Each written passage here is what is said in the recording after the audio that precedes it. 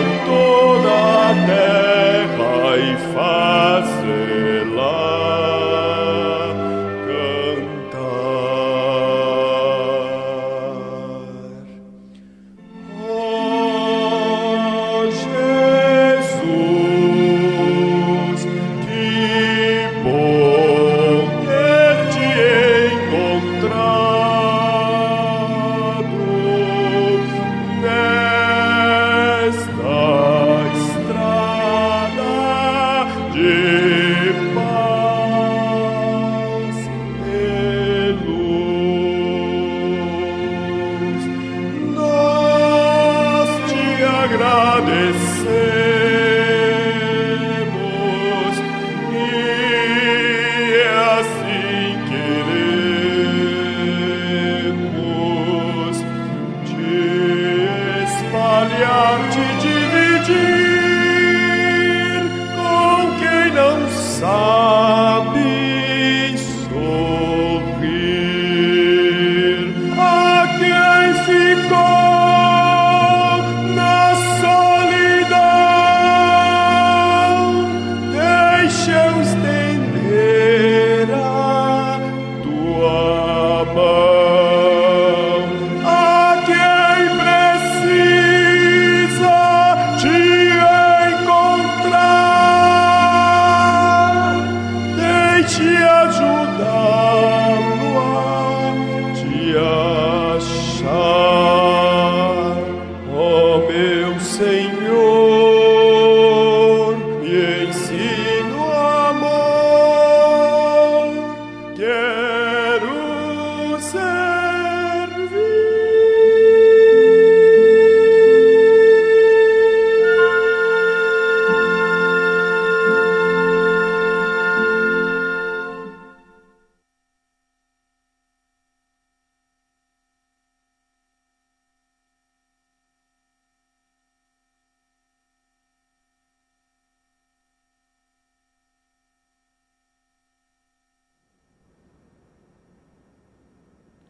Olá, queridas irmãs, queridos irmãos, queridos telespectadores da TV Alvorada Espírita e do nosso canal O Espírito da Letra.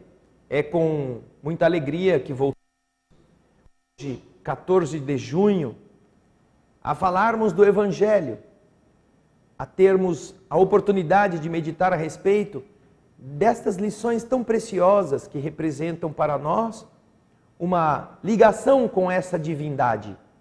Acabamos de falar sobre isso na prece e é muito interessante que boa parte das pessoas passa a vida toda sem ter uma ligação com Deus de uma forma direta, uma ligação com esta bondade absoluta, de uma maneira convincente. Talvez por uma falta de hábito, por uma falta de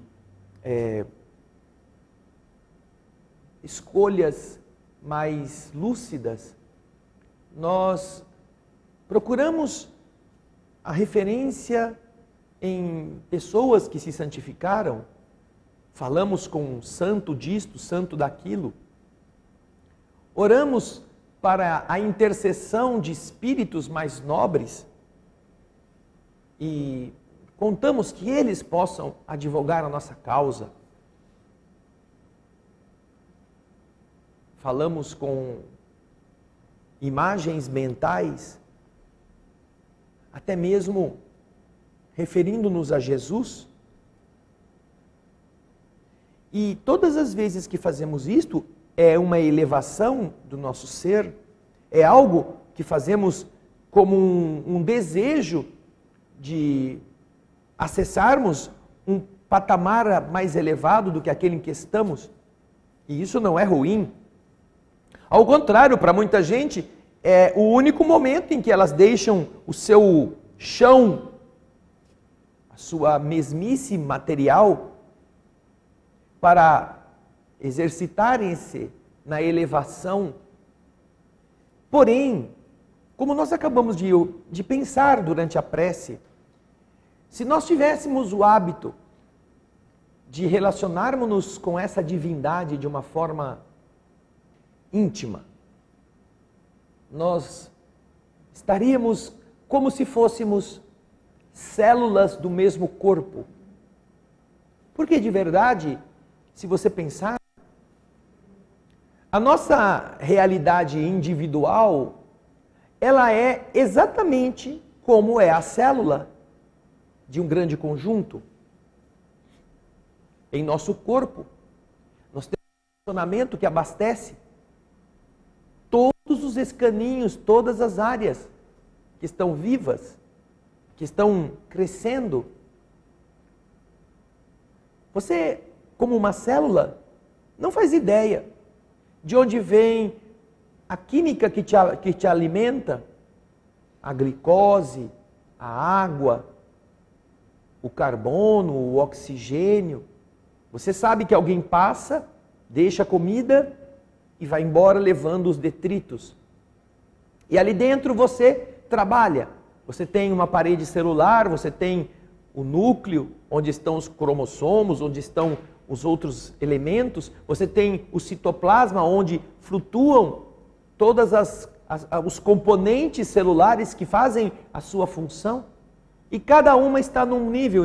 A célula da pele, a célula da subcutânea, a célula da derme, a endoderme, a mesoderme. Você tem células específicas em inúmeras posições distintas e todas elas respirando, pulsando, graças ao mesmo organismo. Talvez a célula diga assim: ai, linfa, obrigado por você me trazer comida, por você limpar os meus dejetos. Ai, muito obrigado por você ser tão prestativa. Só que a linfa, ela não faz alguma coisa por ela mesma, ela está a serviço do corpo, do organismo. Ela está transportando aquele bife que o corpo comeu, aquela fruta que foi digerida no intestino e que agora caiu na corrente sanguínea como os elementos básicos para que a célula trabalhe. Ela é uma ferramenta. E assim, o sangue, a energia que circula pelo nosso organismo, representam ferramentas, representam ajudantes no funcionamento desse sistema. E se nós somos uma célula no organismo da criação, nós estamos ligados a ele, entranhados nele. Se uma das nossas células, das mais simples, dura talvez 15 dias, 30 dias, uma semana, dependendo da sua natureza, cada um de nós que estamos neste ambiente terreno vai ter uma duração um pouco mais longa. Mas, considerado o organismo cósmico, nós ainda estaremos durando fisicamente um suspiro, um átimo diante da eternidade. E percebendo isto, nós agradeceremos sim ao sangue, agradeceremos à linfa, agradeceremos ao estômago que recebe o alimento e o prepara, agradeceremos ao intestino que vai tirar todos os seus componentes, agradeceremos aos hormônios que vão fazer tudo funcionar, agradeceremos sim a todas estas ferramentas que vão abastecer o nosso organismo com comida, com água, com oxigênio e outras coisas. Mas geralmente nos esquecemos de agradecer àquele que fez tudo funcionar. E é isto que nós precisamos nos lembrar. Poderemos pedir ajuda dos espíritos amigos, poderemos nos unir a estas almas generosas que nós admiramos e que foram antes de nós vencedores das nossas próprias lutas que eles enfrentaram antes, mostrando que era possível. Poderemos sim vê-los como ferramentas que nos abastecem, que nos dão ânimo, que nos reerguem a vontade. E isto será muito importante, porque é a nossa ligação com aqueles que estão ligados a outros mais elevados, que estão ligados, por fim, à origem. Mas não estamos impedidos de também falarmos com aquele que é o responsável, aquela força, aquela inteligência que nos deu a vida. Portanto, quando nós estamos ligados a isto, com ânimo, com essa lucidez, certamente continuaremos a falar com Santo Antônio, Santa Clara, Bezerra de Menezes, André Luiz, Chico Xavier, nossos antepassados carinhosos.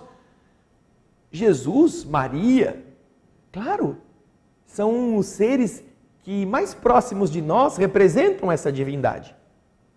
De forma mentalmente compreensível. Mas nós precisamos treinar nossa mente para estarmos em relação com a divindade de forma constante, não como se ela estivesse distante de nós, lá longe, em cima da montanha, em cima do Everest. Você tem que subir o Everest inteiro para chegar lá.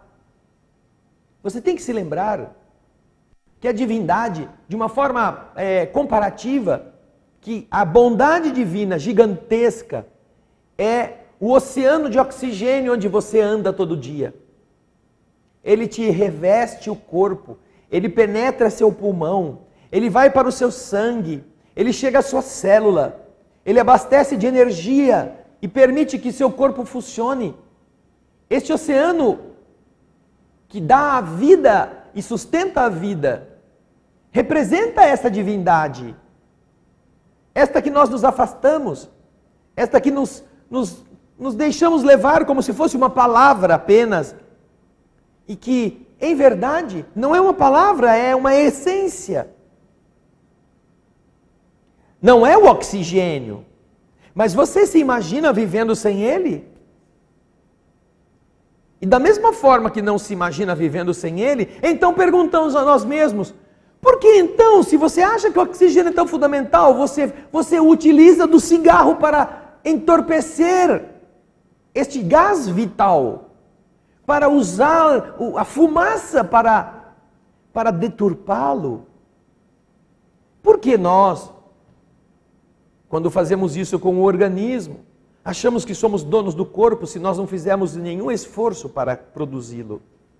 Por que não entendemos este Deus como este oxigênio que puro nos abastece? Porque ficamos estragando a ideia da divindade em nós com a entronização da matéria como nosso Deus. Porque isso é muito pior do que fumar. Se uma pessoa que fuma estraga o seu pulmão e contamina o ar puro que respira, quando nós nos deixamos contaminar pelas preocupações materiais e endeusamos o que está fora de nós e que nos seduz os sentidos, como sendo o motivo de viver, é pior do que fumar. Nós estamos contaminando a ideia da divindade, trocando-a por um monte de badulaques, estragando nossa ligação com o Pai, entulhando o momento de falarmos com o Criador, confundindo os princípios básicos com coisas sem valor. Por que fazemos isto? Poderíamos perguntar, por que um fumante fuma, se ele não nasceu fumante? Ele começou a se habituar, ele começou a fazer isto, assim, é para imitar um amigo. Ele começou a usar a droga, a usar a bebida, porque era gostoso, ele teve uma sensação boa. Por que então nós não nos viciamos em Deus? Por que nós não nos aproximamos desse oxigênio puro? Por que não sentimos a beleza da vida que a divindade propicia? Por que nós não nos viciamos nas coisas nobres? Porque nós não estamos acostumados a sentir o prazer que Deus dá. Isso não é um discurso. E nós não queremos que você veja isto como um conjunto de palavras. Quando você se abastece da divindade, você na verdade respira. Porque é esta a noção que Deus nos oferece. E quando você respira Deus, muito mais do que respirar o oxigênio, porque Deus é muito mais do que o oxigênio da atmosfera é apenas uma figura comparativa, você descobre que, do mesmo modo que o corpo não pode viver sem oxigênio, você como espírito não pode viver sem Deus. Você é uma extensão da divindade. Olhe um aquário. Às vezes você gosta de ter os peixes para você se deleitar. Os peixes estão mergulhados naquele líquido e não sabem. Eles não veem a água. Eles nadam, eles comem, eles excretam naquele ambiente. E eles não sabem. Aquilo é transparente para eles. Nós sabemos que tem a água porque ela está contida nas paredes do aquário, mas os peixes não fazem a mínima ideia. Eles vivem por causa da água, do oxigênio dissolvido na água, da comida que a água fornece como um escudo protetor, do ambiente que dá a eles a pressão necessária para que eles flutuem. Vivem por causa da água e não percebem isto. Tira o peixe da água, veja o que ele é capaz de realizar fora dali. Em pouco tempo estará morto. Esta é a realidade que acontece conosco.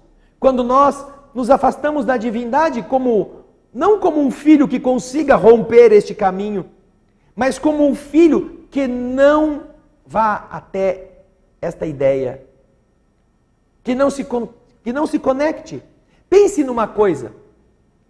Imagine um peixe que, estando no aquário, decidisse não mais ficar respirando através da boca, não vou mais engolir água, e ficasse com a boca fechada. Ele poderia durar mais algum tempo, mas fatalmente ia perder os sentidos logo depois, ia sofrer, e talvez, se fosse muito teimoso, ia morrer. A mesma coisa você pode pensar de uma pessoa que se recusasse a respirar. Eu não vou mais respirar. Tampa o nariz, tampa a boca, e aguenta algum tempo. Quanto tempo? O corpo vai exigir, você vai perder os sentidos. Se for capaz de segurar isto, você vai desmaiar por falta de oxigênio. E depois que você estiver desmaiado, o corpo volta a respirar normalmente e você volta à vida. Mas todas as vezes que você se privar dessas realidades cósmicas, você vai ficar em uma situação debilitada. Quando nós,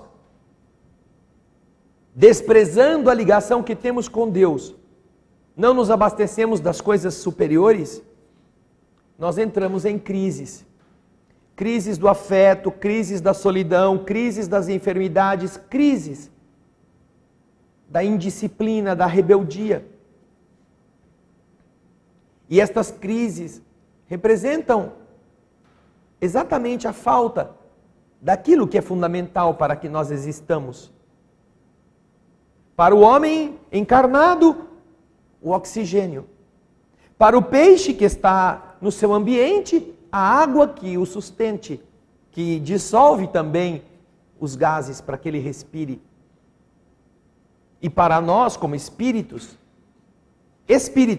porque isso vale para encarnados e desencarnados, a nossa ligação com o Pai, a ligação fundamental que existe entre nós e aquele que nos causou. Nós hoje podemos ter orado para muitas entidades. Podemos ter pedido para os amigos invisíveis, para o anjo da guarda, para os nossos antepassados que cultuamos, o avô, pai, mãe que já morreram. Pedimos para espíritos enobrecidos que admiramos.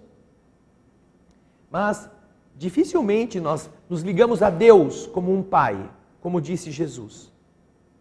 Porque se você observar a maneira como Jesus viveu, que é por isso que ele veio até nós, para ensinar-nos a viver, ele se refere ao Pai todos os dias. Ele fala com o Pai. E tudo o que ele vai fazer, ele se reporta ao Pai.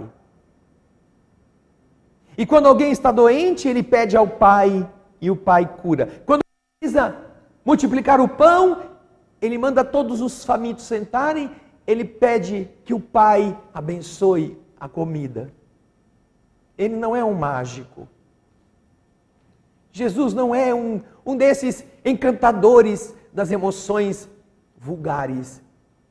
Jesus vive a reverência de alguém que está fazendo a vontade deste Pai que ama.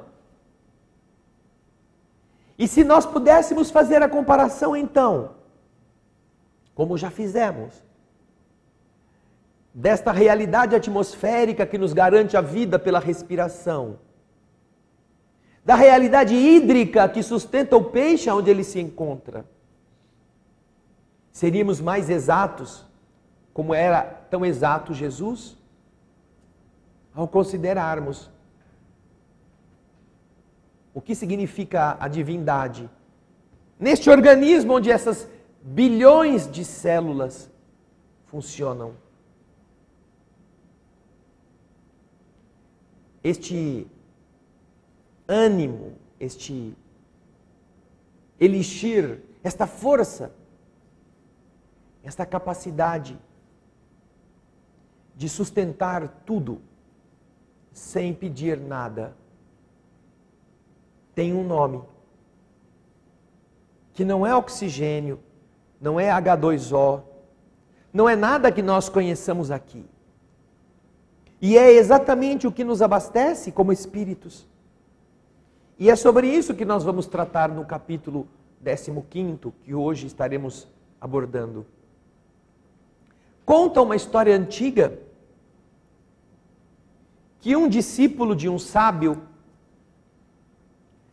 querendo aprender a sabedoria mais depressa, todos os discípulos geralmente são muito apressados.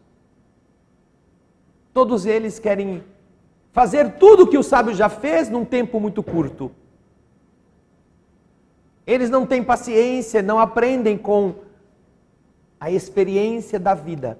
Eles querem que alguém lhes abasteça com tudo que os outros já conquistaram para ele não precisar fazer nada e já ficar rico de um dia para o outro. Então o jovem sábio, o jovem aprendiz de sábio, procurou seu mestre e lhe propôs uma questão. Aliás, não era bem essa a história, não é só com um mestre.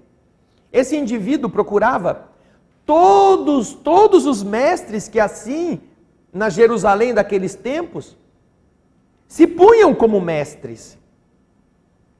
Ele que era o estudante das Escrituras Sagradas, testava a sabedoria de cada um deles com um enigma. Um enigma que, na verdade, era um desafio.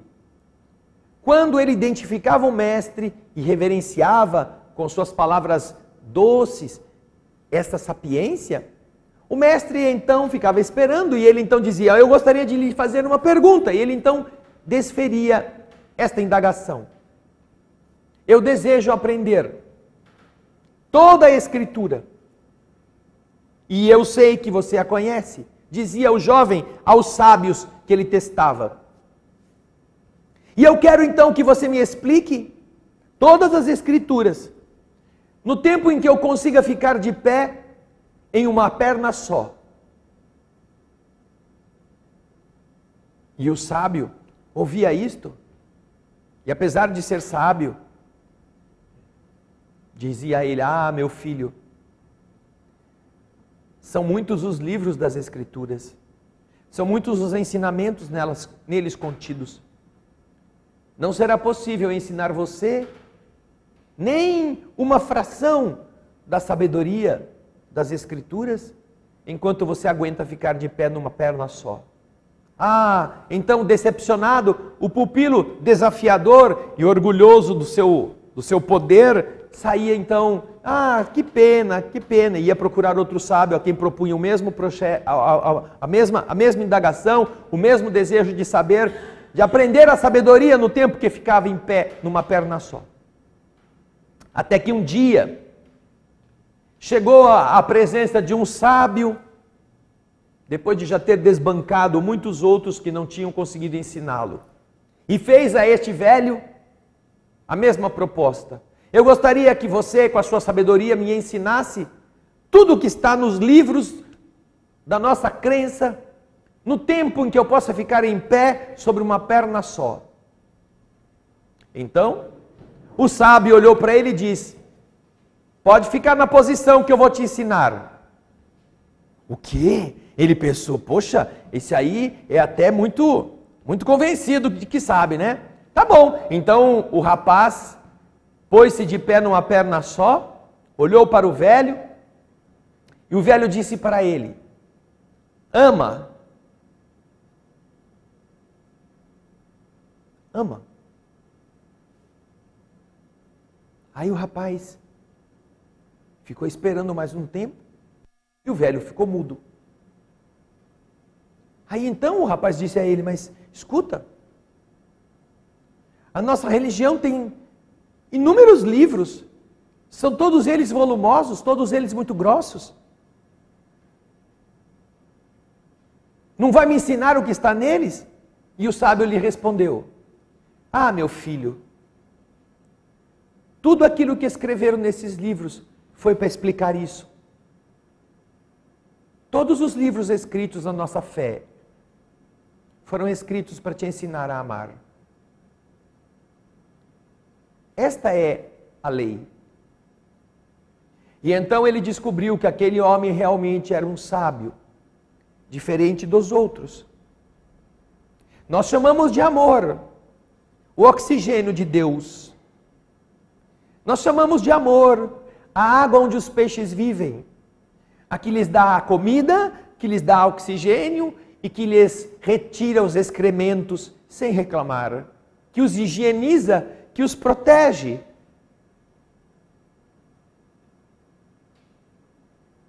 E nos esquecemos deste Deus amor, que no capítulo que estamos tratando, o capítulo 15, nos apresenta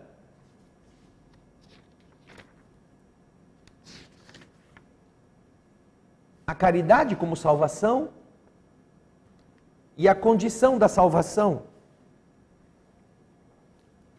Em 2 pequenos parágrafos,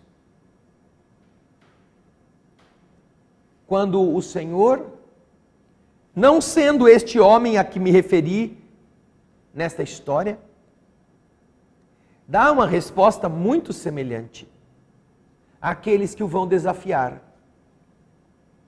Vamos encontrar em São Mateus, no capítulo 22, a seguinte passagem, nos versículos 34 a 40.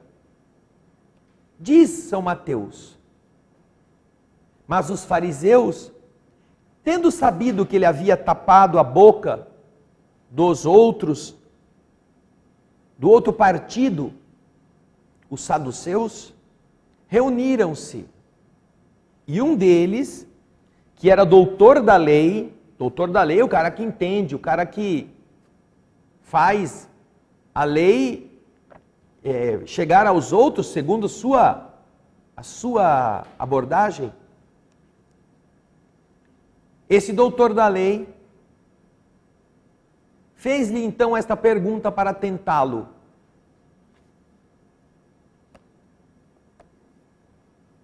Mestre, qual é o maior mandamento da lei? A pergunta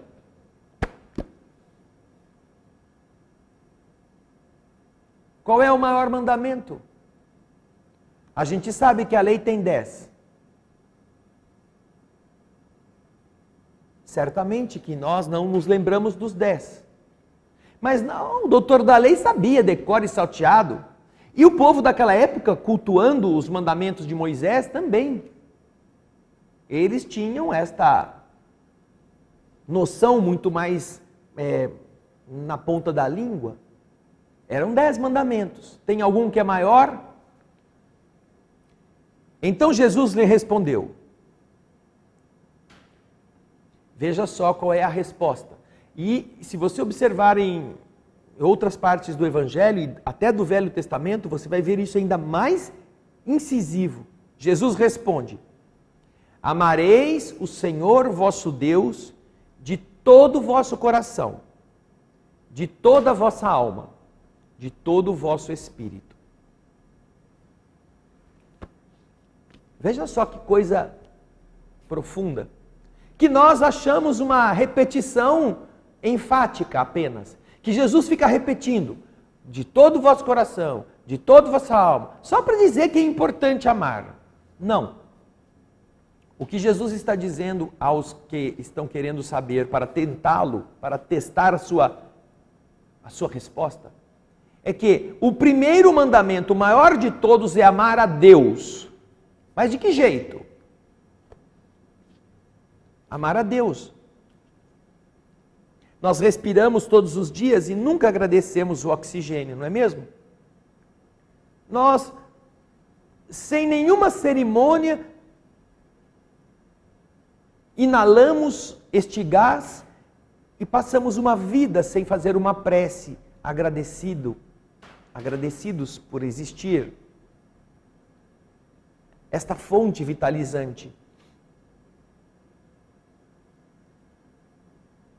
Mas Jesus diz que o maior mandamento é a gente amar a Deus. Amar a Deus de que jeito?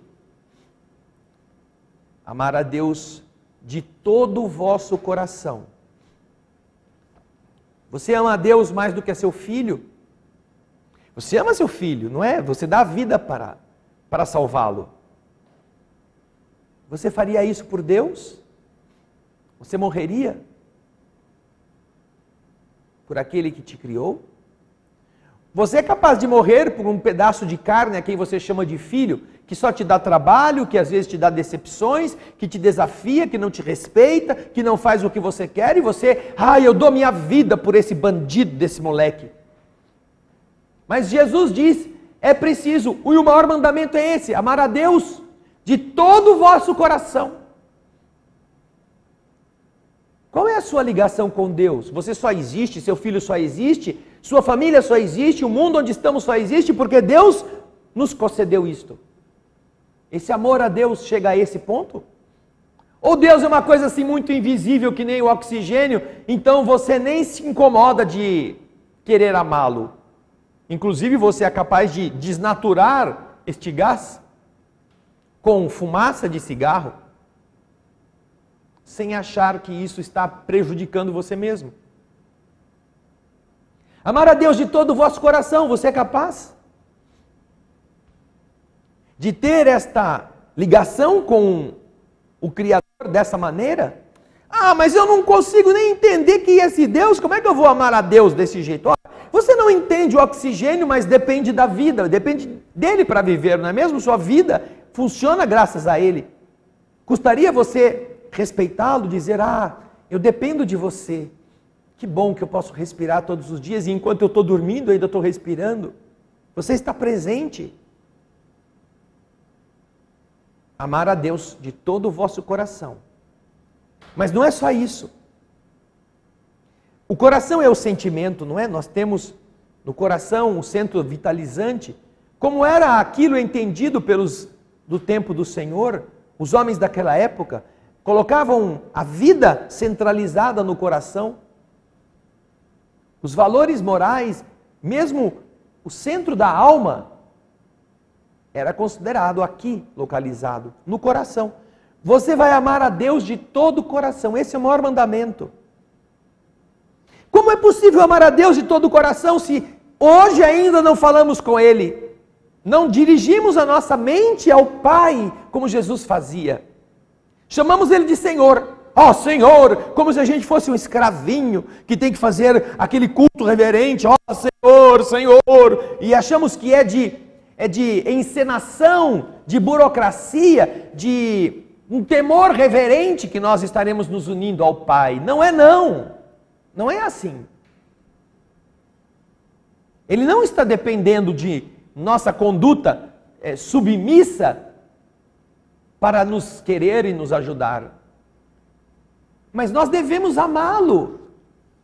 Amá-lo como quem agradece todo dia por a possibilidade de viver. Nós falamos com Jesus. É claro, nós consideramos Jesus, e algumas pessoas inclusive vivem nesta confusão, se Jesus é Deus. Não, Jesus não é Deus. Ele mesmo diz isto.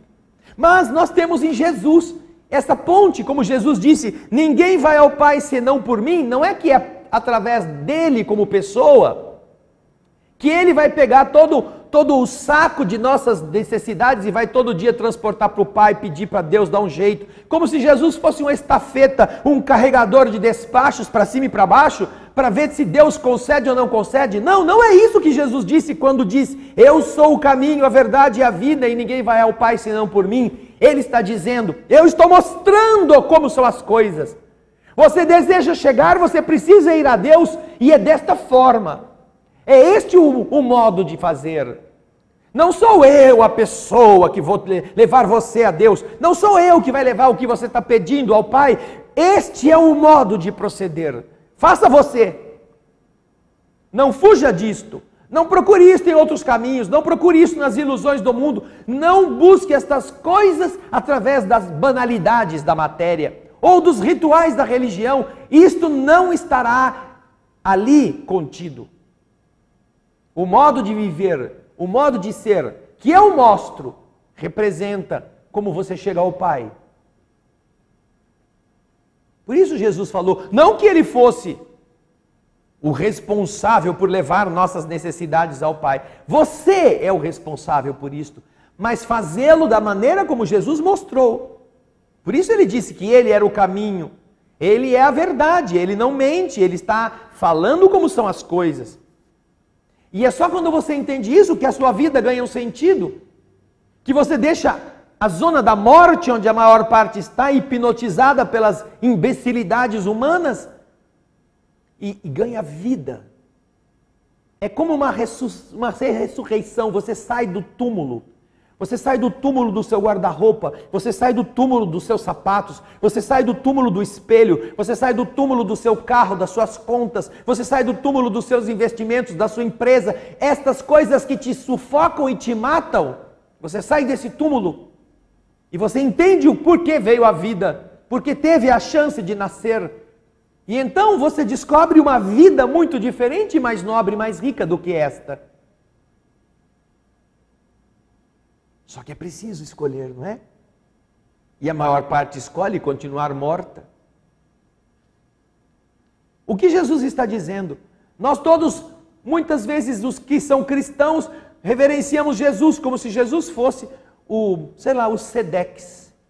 O cara que vai levar naquele carrinho rápido nossas solicitações, nossas necessidades e entregar lá para Deus e trazer a resposta. Não, Jesus não é isto. Jesus está dizendo, o Pai está à nossa disposição, à sua disposição, à minha disposição. Não como nosso escravo, não como nosso empregado, mas como a força que nos abastece.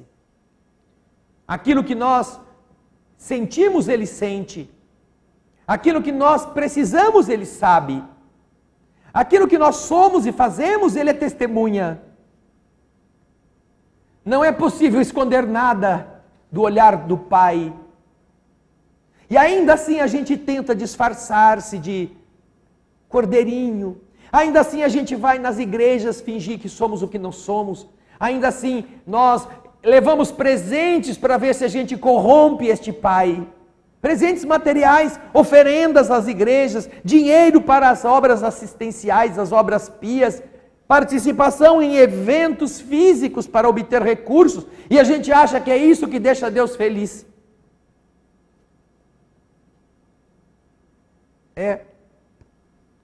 A gente fuma com piteira para ver se o oxigênio que a gente vai respirar não fica tão ruim, e isso vai ser agradável para o corpo. Não deixa de ser fumaça, não deixa de ser produto químico, não deixa de ser veneno. Com ou sem piteira, o que você está ingerindo.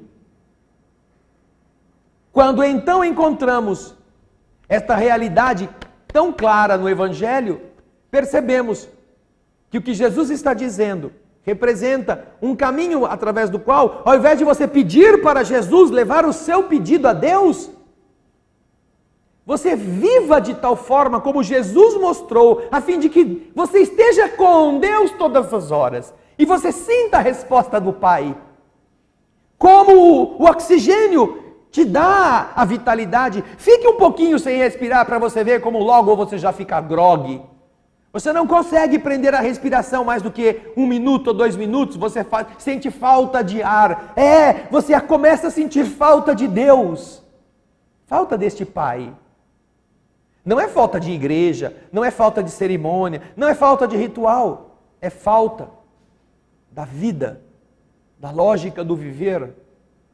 É falta deste afeto que abastece toda a criação, que coloca perfume nas plantas, que faz as flores enriquecerem nosso olhar com cores exuberantes, que coloca tintas nas penas das aves para que elas brilhem, e coloca canto na sua garganta para que nos encantem.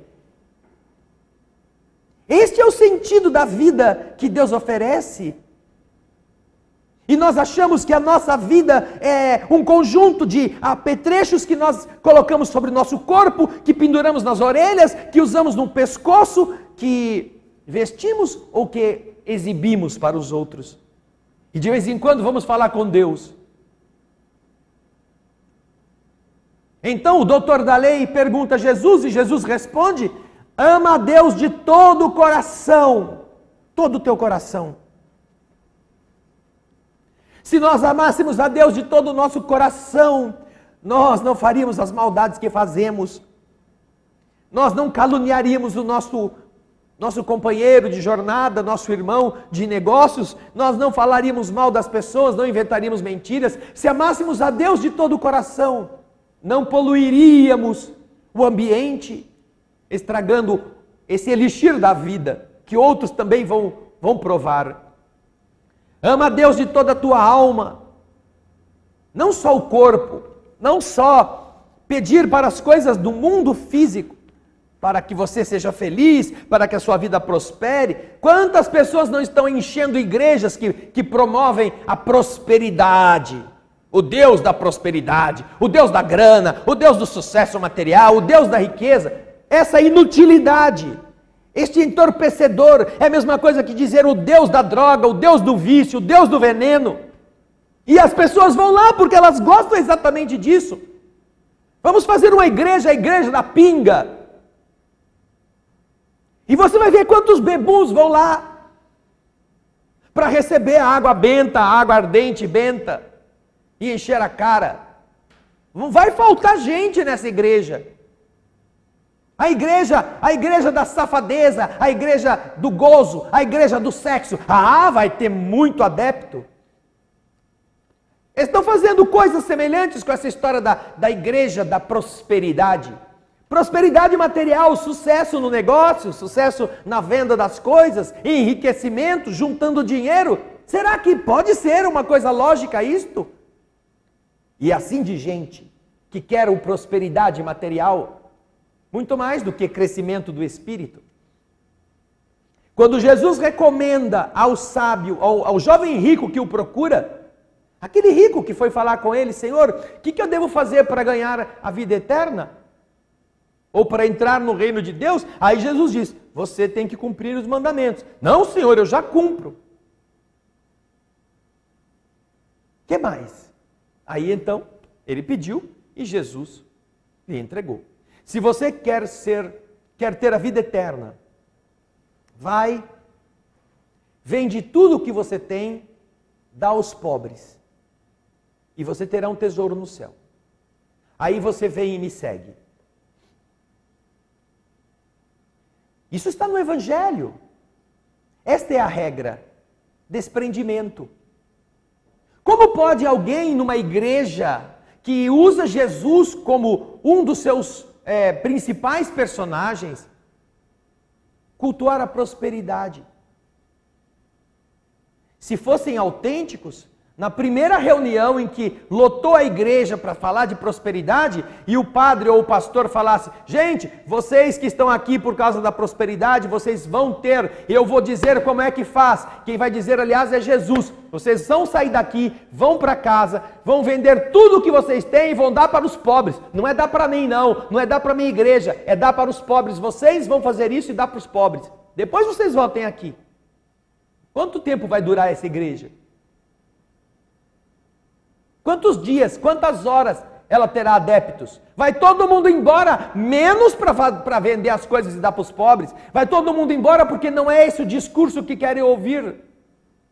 Não querem amar a Deus sobre todas as coisas. Não querem se desprender das coisas. Querem prosperidade, querem ficar sadios, sarados, bonitões, para viverem as seduções da matéria. Não querem amar a Deus da alma. Não querem entregar-se como espíritos, filhos que são desta inteligência soberana. Preferem vivenciar chafurdando a matéria como se fosse o lodo que gostam de beber diariamente. Amar a Deus sobre todas as coisas, inclusive as coisas da matéria. Você ama Deus dessa maneira?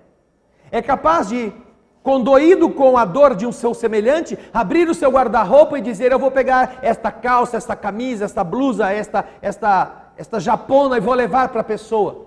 Você ama a Deus sobre todas as coisas? Da sua alma? Aquele ser que está passando frio é um necessitado, é um filho de Deus. Você o ama da sua alma? Você ama a Deus que está nele? Ah, eu vou pegar, essa aqui está velha, essa aqui não está nem tanto, essa aqui ainda dá para usar. Essa aqui já está meio caindo aos pedaços, essa aqui já está desbotada, já está meio rasgada, o zíper não funciona direito. Essa aqui eu vou dar. Ah, essa. É esse o amor que você tem a Deus. Acima do amor que você tem às coisas? Ou você ama as coisas mais do que a Deus? Ou você tem vergonha até de falar com Deus nesse nível? Isso é o que Jesus está dizendo. Ame a Deus de todo o seu coração, de toda a sua alma, de todo o seu espírito. Aquilo que mais nos aproxima da divindade não pode ser o corpo. Porque o corpo é uma realidade da matéria densa. O que nos aproxima da essência divina é o hálito. Porque Deus, lá no Gênesis bíblico, pega do lodo da terra o material para fazer um boneco que ele plasma com o seu talento, que ele esculpe. Mas enquanto ele está tocando este boneco de lodo, este boneco não está vivo. Quando ele se dá por satisfeito pela beleza do boneco, aí então ele sopra o boneco. O hálito de Deus. E só a partir daí é que aquele boneco de lodo se torna homem. Ele se torna vivo. A essência não é, portanto, o boneco, é o hálito. A nossa essência não é a carne, é o espírito. Este hálito, esta ânima, que os gregos chamavam de pneuma. Pneuma, este fluido invisível, que a gente põe no pneumático, enche ele de ar, não é? Se você tem um pneumático, mas ele não tem ar, ele é imprestável para pôr do seu carro. Porque a essência dele é exatamente aquilo que está dentro, é o ar que dá a ele a consistência, a resistência e a maciez. Sem aquilo, o carro anda por cima de um pedaço de borracha até que a própria roda corta a borracha e se torna inútil. Você não é o corpo, você é o hálito de Deus e é como espírito que você está próximo do Pai. Amar a Deus sobre todas as coisas, como diz o Evangelho, de todo o vosso coração, de toda a vossa alma, de todo o vosso espírito. Já fez isso hoje? Entendendo Deus como esta grande atmosfera, esta átma, esta pneuma que nos envolve. Mas continua aqui. Eis aí o maior e primeiro mandamento, diz Jesus. E eis o segundo, ele não para aí não. Tem um segundo, porque a lei tinha 10, né?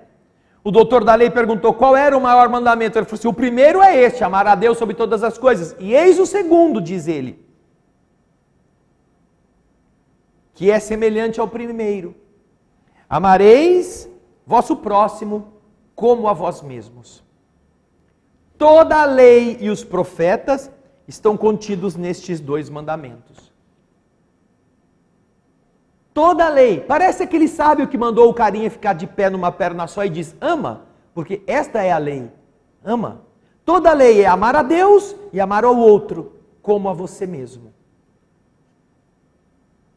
Se é o amor, a lei divina, o amor na ordem cósmica, é o oxigênio dos corpos que dependem dele, é o meio líquido para os peixes que estão nadando, para nosso espírito, para sermos como estamos aqui comparando com estes corpos vivos que dependem do oxigênio, que dependem da água para viverem, nós dependemos do amor. O amor é o líquido divino no qual todos mergulhamos. Que nós respiramos sem saber, que nós comemos sem saber. É o amor na forma de oxigênio, é o amor na forma de alimento, é o amor na forma de sentimentos nobres, é o amor na forma de energia que trocamos, é o amor na forma de magnetismo, é o amor do Sol por todos os planetas, pela luz que ele expande, é o amor do raio minúsculo que deixa o Sol e caminha no frio e no escuro, sem medo, para chegar e nos entregar o fóton e o calor que ele porta. Milhares ou milhões de quilômetros depois, é o amor dos esporos que caem, levados pelo vento, milhares de quilômetros distantes e caindo, nascem depois na nova planta. É o amor que fecunda no interior dos insetos bactérias para que estas bactérias ajudem a diluir o alimento que o inseto precisa para se abastecer. É o amor que pensa nas necessidades de todos os seres. É o amor que não dorme, é o amor que não se cansa, é o amor que não deseja elogios, é o amor que não fica orgulhoso quando vê o sucesso dos outros, é o amor que não se envaidece quando vê que alguma coisa foi bem feita, é o amor que não se ofende quando é esquecido. Esse é o amor onde nós mergulhamos desde quando o Senhor soprou para que nós existíssemos. É esse o amor que é o fluxo da vida, que é aquele que todo dia nos cerca e que fez você levantar da cama hoje e vai fazer você misteriosamente dormir e voltar ao corpo no dia seguinte. Que mistério é esse que garante a você deitar, relaxar, descansar, sonhar e acordar? Hoje em dia as pessoas frequentam lugares públicos e têm medo de serem vítimas de um malfeitor, andam para todos os lados, andam para trás, olham para frente. Olha, nós temos um companheiro nosso que toma conta da segurança e ele toda hora está assim, está sempre esperto, achando, de onde vai vir o tiro? E então, como você pode dormir? Você se entrega, você fecha os olhos, você fica no escuro, ou mesmo no claro, você não tem medo de nada, você relaxa. Que amor é este que faz a gente poder confiar-se assim ao descanso e nos traz de volta, como um sábio que guia seus passos e depois te devolve na segurança de onde você está? Amor. E hoje você levantou por causa desse amor e sequer agradeceu. O corpo parou de funcionar quase no absoluto, ficou lá tranquilo, porque você não pode ser chamado ao corpo a cada 5 minutos, porque está com fome, porque tem que fazer necessidades fisiológicas. O seu corpo então diminui o funcionamento para você não ter nem que diluir alimentos, nem que filtrar os líquidos sanguíneos. O coração bate mais calmo, os ciclos cerebrais se asserenam para não exigir energia, para o corpo não precisar produzi-la. E então todos os níveis biológicos vêm a um padrão que você possa estar despreocupado para onde for. Amor que se ocupa de todos esses detalhes. E é isto que estamos entendendo quando nos aproximamos de Deus.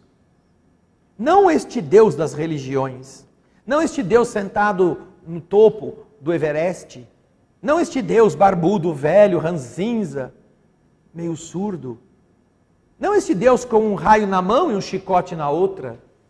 O Deus bondade, o Deus Pai, o Deus que vê você chorar escondido, o Deus que vê seus caprichos de criança mimada, e que às vezes não te atende para que você se torne homem, para que você cresça. O Deus que te consola quando você se arrepende, o Deus que te matricula de novo na escola da vida, o Deus que te abastece todo dia, mesmo que você seja um fumante, mesmo que você goste de fumaça no seu pulmão, Deus te garante ar puro todos os dias. Um corpo que funcione para liberar você dos malefícios que você já fez a Ele, todos os dias. E então, depois de nos explicar essas coisas, e de nos fazer conectarmos-nos como pequeninas células a este corpo ciclópico e amoroso, Kardec nos explica: caridade e humildade. Tal é, pois, o único caminho da salvação. Fazer o bem, fazendo o que Deus pede que façamos e que nós recebemos de Deus, você respira todo dia e não é capaz de dar ar da esperança para os outros. Caridade, compartilhar aquilo que você já foi capaz de conquistar, aquilo que você já foi capaz de aprender, aquilo que você tem como qualidades, você pode multiplicá-las. Caridade e humildade. Eu sou uma célula de Deus, eu não sou Deus.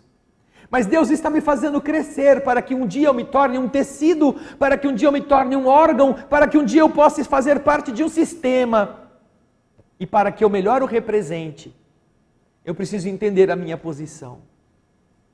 Por isso que Jesus não era o mago. Por isso que Jesus não estralava o dedo e fazia acontecer. Por isso que diante de Pilatos ele diz, depois de ser desafiado: onde estão os seus exércitos? Ele diz: se eu pedisse, meu Pai enviaria legiões e legiões de anjos para me tirar daqui. Se eu pedisse. Veja só. Jesus não é um arrojado desafiador da mesquinhez humana. Ele é um cumpridor da vontade do Pai. O Pai sabe onde Ele está. E o Pai precisa que Ele esteja lá para suportar o que Ele vai suportar em benefício de todos os maldosos que o estão destruindo o corpo. Meu Pai sabe. E se eu pedisse, meu Pai enviaria. Mas Jesus não está para terçar forças com os que o estão prendendo. Ele está apenas para amá-los. E o amor do Pai suporta, porque sabe que a ignorância do Filho, por causa disso, vai ser menor mais para frente. Então, a caridade e a humildade, esta que Jesus representa em todas as suas ações, são o caminho, o único caminho da salvação. Egoísmo e orgulho, este é o caminho da perdição. Este é o princípio que está formulado nas palavras: amareis a Deus de toda a vossa alma e ao vosso próximo como a vós mesmos, diz Kardec. Toda a lei e os profetas estão contidos nestes dois mandamentos. E para que não haja mais equívocos sobre a interpretação do amor de Deus e do próximo, ele explica que o segundo mandamento é semelhante ao primeiro. Quer dizer que não se pode verdadeiramente amar a Deus sem amar ao próximo, nem amar ao próximo sem amar a Deus. Portanto, tudo o que se faz contra o próximo se faz contra Deus. O outro é o hálito do Pai. E é muito fácil de você entender o que Kardec está dizendo. Você que é pai e mãe e vê seu filho sendo maltratado, qualquer coisa que façam contra o seu filho, não é você que sente? Não é? É o seu filho. Se alguém der um beliscão, se alguém comete uma injustiça, se alguém pune seu filho, não é você que se sente humilhado? É seu filho. Então, tudo o que nós fazemos em relação ao nosso irmão, no sentido negativo, é contra Deus que estamos fazendo. E tudo o que fazemos no sentido bom, nós estamos reverenciando essa divindade que amamos. Não podendo amar a Deus sem praticar a caridade para com o próximo, todos os deveres do homem se encontram reunidos nessa máxima: fora da caridade não há salvação. Quando vocês pensarem nisto, quando tiverem essa noção mais profunda, quando tiverem vontade, não pensem em Deus como uma palavra, não, Deus. Nem como um Deus reverente das religiões antigas, não. Pensem em Deus como o ar que respiram. Pensem em Deus como se vocês fossem peixes que estão no líquido sem vê-lo. Ou que vocês fossem aves que flutuam sem entender o mecanismo que os mantém voando. Pensem em Deus como parte do seu ser, como o sangue das suas veias, como a força da sua alma. Pensem em Deus como a essência da vida. E esse amor representará todas estas coisas. O amor divino é a água na qual flutuam os astros, onde as galáxias se banham, onde os seres se desenvolvem. E só quando você sente amor desta forma, não como sexo, não como apego, não como desejo, amor como plenitude, como integração, como emoção nas mínimas coisas e nas grandes coisas, sem interesse seu, sem egoísmo, sem orgulho, amor puro. Você entende o que é Deus. E você volta para a casa do Pai, estando encarnado na terra. Você tem a alegria de ser filho daquele que soprou o lodo e o transformou em você mesmo. Que nós possamos sentir este Deus, mais do que entender apenas. Você pode entender seu filho, você que tem uma família. Você pode entender seu jeito estranho de ser, você pode entender e não concordar com as manias que ele tem, você pode criticar seu filho. Todas estas coisas são inteligentes, são intelectuais, são racionais. Mas por pior que ele seja, você o ama. E isso é o amor de Deus. Você o ama. Trate Deus desse jeito. E você será muito mais feliz do que pensa que é. Vamos então agora nos preparar para sentir esse fluxo amoroso penetrar-nos através do passe, em que seres invisíveis se unem ao carinho dos seres encarnados para dar a você força, para dizer a você, lembre-se, acorde, você é filho de Deus, você é sopro divino, você é hálito do Criador. Lá fora tem um monte de gente que precisa receber de você esse mesmo amor. Pense nisso quando estiverem lá na sala de passe, recebendo a força que vem do alto para nos acordar para sempre. Muita paz.